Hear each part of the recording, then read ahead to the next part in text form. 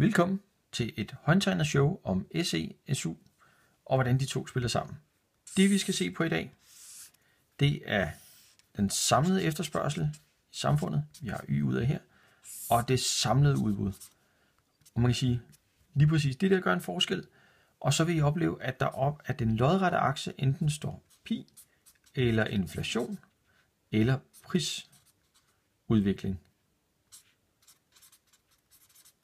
Altså, hvor hurtigt stiger priserne, og det er det nye i den her model, fordi her der har vi samfundets samlede udbud, samfundets samlede efterspørgsel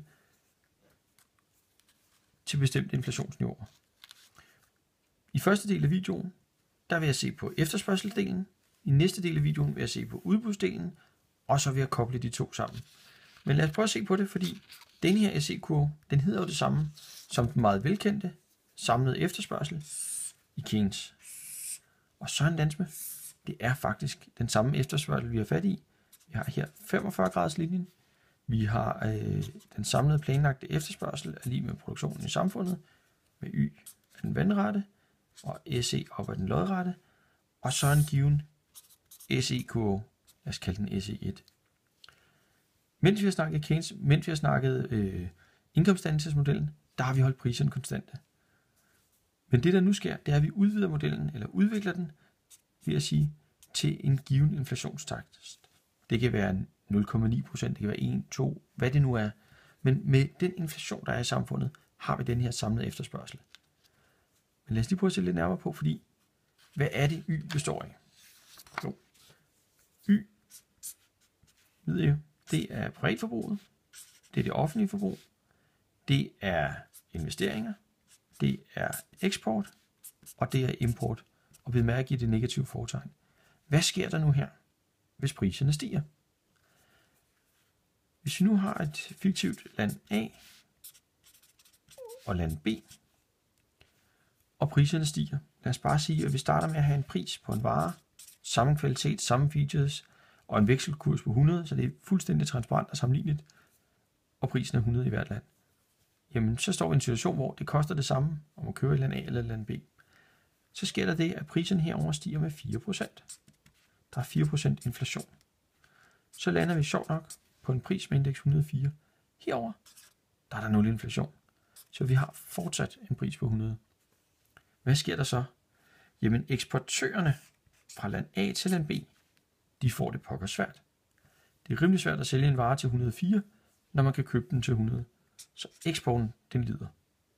Omvendt, så vil en masse kunder i land A sige, hov, vi kan sådan set få varen billigere fra land B. Lad os importere den derfra. Så importen boomer. Det vil sige, eksporten falder, importen stiger, men med et negativt fortegn. Det gør alt sammen, at BNP falder. Så hvis vi har en højere inflation, så sker der faktisk det, at når vi kigger på Keynes-diagrammet, så har vi lige set, at BNP falder, så vi får sådan set en ny og lavere efterspørgselskurve, hvor effekten af det, vi lige har set, er, at Y1 falder til Y2. BNP er faldet alene i kraft af, at vi har fået en højere inflation, og dermed står en situation, hvor eksporten lider, og importen boomer. Så sker der en anden ting, fordi hvis det her lige pludselig popper op, så vil du som forbruger og virksomhederne som rationelle aktører sige, hov, vi skal måske lige være lidt forsigtige. Hvad er det lige, der sker med økonomien? Og bare det, at vi bliver bekymrede for det, gør, at vi også agerer, og i virkeligheden yderligere sænker BNP. Så det forstærker sådan set den effekt, vi lige kigger på. Det gør alt sammen, at vi kan lave en SE-kurve med en negativ hældning. Altså, at når vi har Y ud af her, og inflationen opad her, så står vi i en situation, hvor at jo højere inflation, jo lavere Y. Når vi går fra pi 1 til pi 2, så falder BNP alene i kraft af den her del, samhandlen med udlandet. Det er forklaringen på, at vi har en negativ hældning på SE-kurven i SE-SU-diagrammet.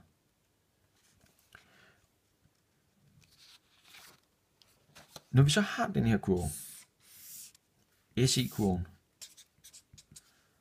så er det jo et fuldstændig validt spørgsmål at sige, hvorfor er den lige placeret her, og hvad er der lige med hældningen? Kunne den være fladere eller stejlere? Lad os se på det sidste først. Hvis vi nu har 3 lande,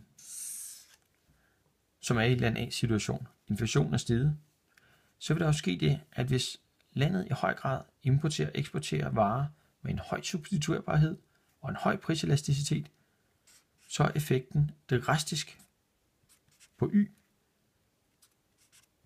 når priserne flytter sig. Det vil sige, at vi får en stor effekt og dermed en flad SE-kurve. Har vi derimod et land A med varer, som er svært substituerbare, som har en lav priselasticitet, jamen så får vi en lille effekt på Y, når vi har en ændring af pi. Og så har vi så eksemplet, som er fuldstændig gennemsnitligt. Men da vi endnu ikke har sat enheder på, så giver det rent grafisk rigtig god mening at tegne en SE-kurve med en hældning nogenlunde som denne her. Så er der den anden del af spørgsmålet. Hvorfor lige placeringen af SE1, der hvor vi har den? Man kunne med lige så god ret sige, lad os se på, hvad der gør, at SE-kurven, SE1, vi skal lige have enheder på her, prisudviklingen og Y, hvad gør, at den forskydes til enten SE2 eller SE3? Sæt den her video på pause, overvej, kom med dit bedste bud, og så start afspilningen, når du føler, at du er klar til det. Godt så. Lad os se på det. Vi har udladt nogle faktorer, når vi har kigget på denne her. Hvad er det for faktorer?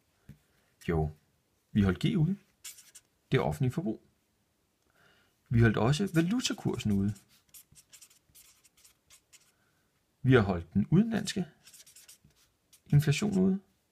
Vi har holdt de økonomiske konjunkturer ude. Og så har vi holdt forventninger ude. Altså den psykologiske side.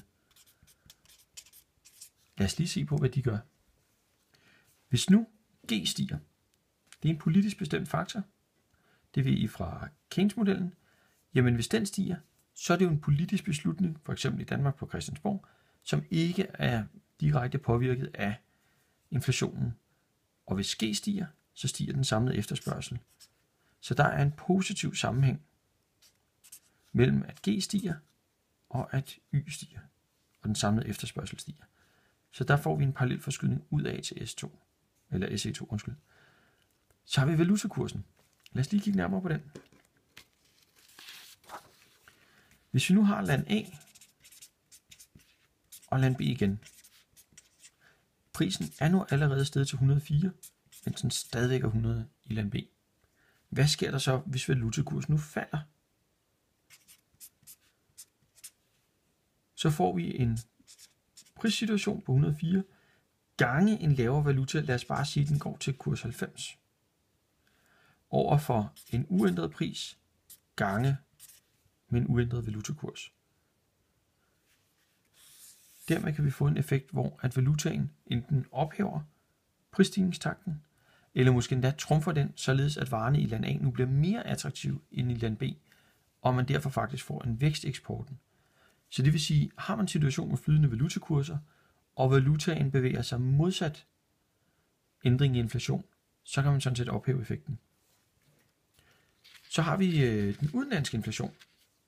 Lad os nu lige se, hvad der sker her. Hvis vi nu lige streger dem her, og bare ser på, priserne er steget til 100 i land A. Men de er ikke lige stille i land B. De er steget til 108. Så får vi reelt samme nettoeffekt, som vi så før med land A og B, bare med modsat fortegn. Varerne er blevet billigere i land A. De er blevet dyrere i land B. Så eksporten, den stiger. Importen, den falder. Og begge dele bidrager til, at Y stiger. Fordi når vi har Y lige med C plus G plus I plus X minus M, og når eksporten stiger og importen falder, negativt fortegn, så har vi en positiv effekt på Y. Så det vil sige, at når vi kigger på det, så er der en positiv sammenhæng mellem en depreciering af landets valutakurs og en positiv sammenhæng mellem udlandets inflation og eksporten. Så det vil sige, at de vil også understøtte en forskydning til SE2, hvis man husker det depreciering, vi snakker om her. Så er der konjunkturerne. Hvis der nu kommer en højkonjunktur, så er der jo mere gang i hjulene. Det sætter mere plus på kedlerne. Det gør, at efterspørgselen stiger. Og forventningen om, at vi er en højkonjunktur, vil også i sig selv forskyde det. Det vil sige, at begge dele har også en positiv effekt. Det vil sige, at når vi kigger på det samlet, så alle de faktorer, vi holdt ud af SE-ligningen lige før, spiller direkte sammen med en parallel forskydning af SE-kurven. Og der gælder naturligvis, at hvis vi får det modsatte, altså at det offentlige skærer ned på forbruget, så får vi en negativ effekt. Hvis valutakursen apprecierer, får vi en negativ effekt. Hvis udlandets inflation falder relativt, hvis konjunkturerne går fra højkonjunktur til lavkonjunktur,